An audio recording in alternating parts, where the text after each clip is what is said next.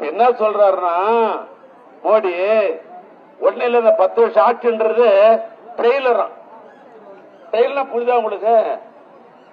Cinema படம் 2.5 மணி நேரம் ஓடுறது பாரு, அந்த படத்துக்கு பின்னால ஒரு ட்ரெய்லர்னு விடுவான். அது 5 நிமிஷம். அதுல காதல் காட்சி இருக்கும், அதுல சண்டை காட்சி இருக்கும், நகைச்சுவை காட்சி இருக்கும்.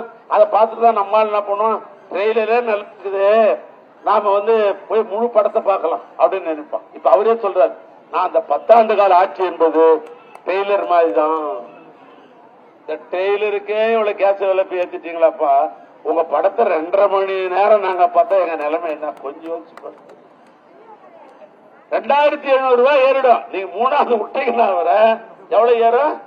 2700 ரூபாய் கேஸ் விலை ஏறி போகுது. தோரம் பருப்பு 1 கிலோ 3வது முறை மோடி விட்டா என்ன ஆகுது தெரியுமா? 1 கிலோ 500 ரூபாய் கேட்கிறார். என்ன 3வது முறை விடுங்க, 3வது முறை விடுங்க. எதுக்கு விடுறது? இப்படி விலைவாசி ஏறி போறதுக்கா?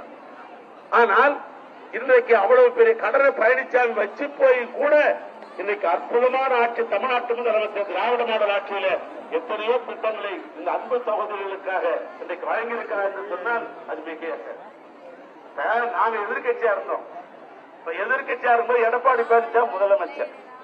இப்ப தங்கமணின்னு ஒரு மந்திரி இருந்தார், அவர்தான் இபி மந்திரி. எதுக்கு? மின்சாரத்துக்கு மந்திரி. அவர் நான் எழுந்து கேட்பேன், நான் தான் கேட்பேன் அடிக்கடி. அவர் சொல்லுவார், மின்சாரம் உபரியாக இருக்குது, மின்சாரம் உபரியா இருக்குன்னு. உபரினா என்ன? போதுமான அளவுக்கு மின்சாரம் போய் மீந்து போய்க்குதான். நம்ம வீட்டுல எண்ணெய் ஆளணும்னு வச்சுங்களேன், அது ரம்பிக்க ஒழுகுவார். அது மாதிரி உபரியா இருக்குன்னா நான் ஒரு நாள் எழுந்து கேட்டேன், இதுதான் மின்சாரம் உபரியா இருக்குன்னு சொல்றியாப்ப? தமிழ்நாட்டிலே திருவண்ணாமலை மாவட்டம் தான் விவசாயிகள் அதிக நிறைஞ்ச மாவட்டம். எங்க மாவட்டம் இன்னும் சொல்ல போனா தமிழ்நாட்டிலே அதிக விவசாயம் இருக்கிற மாவட்டம் மாவட்டம். நான் கேட்டேன், அதிக விவசாயம் இருக்கிற மாவட்டம்.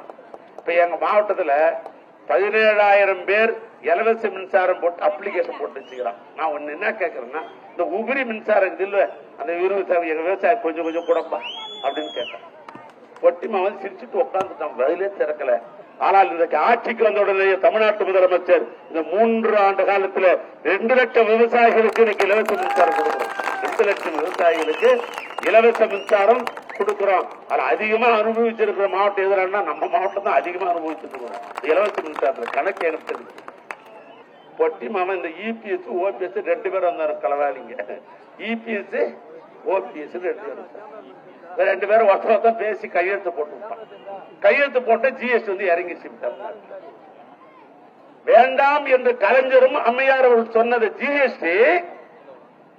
எடப்பாடி பழனிசாமி ஓபன்எஸ் 2 பேரும் சேர்ந்து களவாளிங்க கையெழுத்த போட்டுட்டு இன்னைக்கு ஜிஎஸ்டி விட்டது 5%, 12%, 18%, 28க்கு போடுச்சு. 28% வியாபாரம் எல்லாம் தெரியும். இவ்வளவு ஜிஎஸ்டி ஏறினாக்கா விலைவாசி ஏறுமா ஏறாதா? இன்னைக்கு தமிழ்நாட்டில் விலைவாசி ஏறி நாங்க கஷ்டப்பட்டு கொண்டிருக்கிறோமே, எந்த பொருளையும் வாங்க முடியலையே. எவ்வளவு சம்பாதிச்சாலும் உணவுப் பொருளுக்கு மொத்த பணம் போய் கொண்டிருக்கிறது. இந்த விலைவாசி ஏற்றத்துக்கு யார் காரணம் என்று சொன்னால் மோடி என்று சொன்னால் அதற்கு உடனிருந்து கையெழுத்து போட்டது விலைவாசி ஏற்ற பெருமையா இருக்குன்னா எடப்பாடி பழனிசாமிக்குத்தான் முழுசும் சேரும்.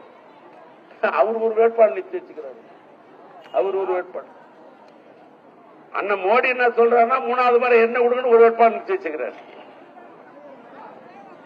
எடப்பாடி என்ன பண்றாருன்னா ஏற்க நாட்டை குட்டு சாக்கந்து போறது நானும் ஒரு வேட்பாளர் நிச்சயிச்சுக்கிறார்.